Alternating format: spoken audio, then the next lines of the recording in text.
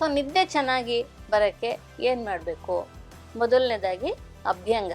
ಅಭ್ಯಂಗ ಅಂದರೆ ಚೆನ್ನಾಗಿ ಎಣ್ಣೆನ ಕಾಲು, ತಲೆ, ಇಡೀ ಮೈಗೆಲ್ಲ ಚೆನ್ನಾಗಿ ಹಚ್ಚಿ ಸ್ನಾನ ಮಾಡೋದು. ಇದರಿಂದ ಚೆನ್ನಾಗಿ ನಿದ್ದೆ ಬರುತ್ತೆ. ವಿಶೇಷವಾಗಿ ಶಿರೋಭ್ಯಂಗ ಅಂದರೆ ತಲೆಗೆ, ನೆತ್ತಿಗೆ ಚೆನ್ನಾಗಿ ಎಣ್ಣೆಯನ್ನು ಹಾಕಬೇಕು. ಇದರಿಂದ ಆರೋಗ್ಯ ಚೆನ್ನಾಗಾಗುತ್ತೆ, ರಕ್ತ ಸಂಚಾರ ಚೆನ್ನಾಗಾಗುತ್ತೆ, ನಿದ್ದೆ ಚೆನ್ನಾಗಿ ಬರುತ್ತೆ ಮತ್ತು ದೇಹ ಲವಲವಿಕೆಯಿಂದ ಇರುತ್ತೆ.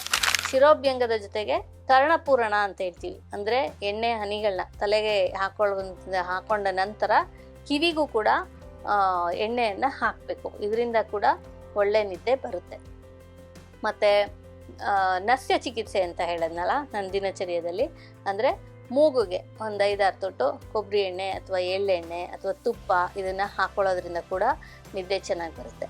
ಮತ್ತು ಪಾದಾಭ್ಯಂಗ ಅಂತ ಹೇಳ್ತಾರೆ. ಅಂದರೆ ನಿಮ್ಮ ಪಾದಗಳಿಗೆ ಚೆನ್ನಾಗಿ ತುಪ್ಪನ ಚೆನ್ನಾಗಿ ಅಭ್ಯಂಗ ಮಾಡೋದ್ರಿಂದ, ಅಂದರೆ ಚೆನ್ನಾಗಿ ಉಜ್ಜೋದ್ರಿಂದ, ಮಸಾಜ್ ಮಾಡೋದ್ರಿಂದ ಕೂಡ ಒಳ್ಳೆ ನಿದ್ದೆ ಬರುತ್ತೆ. ಈ ಒಂದು ತುಪ್ಪನ ನೆತ್ತಿಗೂ ಹಾಕೋಬೋದು. ಯಾರಿಗೆ ಚೆನ್ನಾಗಿ ನಿದ್ದೆ ಬರಲ್ಲ, ನಿದ್ರೆ ಸಮಸ್ಯೆ ಇರುತ್ತೆ, ಅವರು ನೆತ್ತಿಗೆ ಕೂಡ ತುಪ್ಪದಿಂದ ಅಭ್ಯಂಗ ಮಾಡ್ಕೋಬೋದು.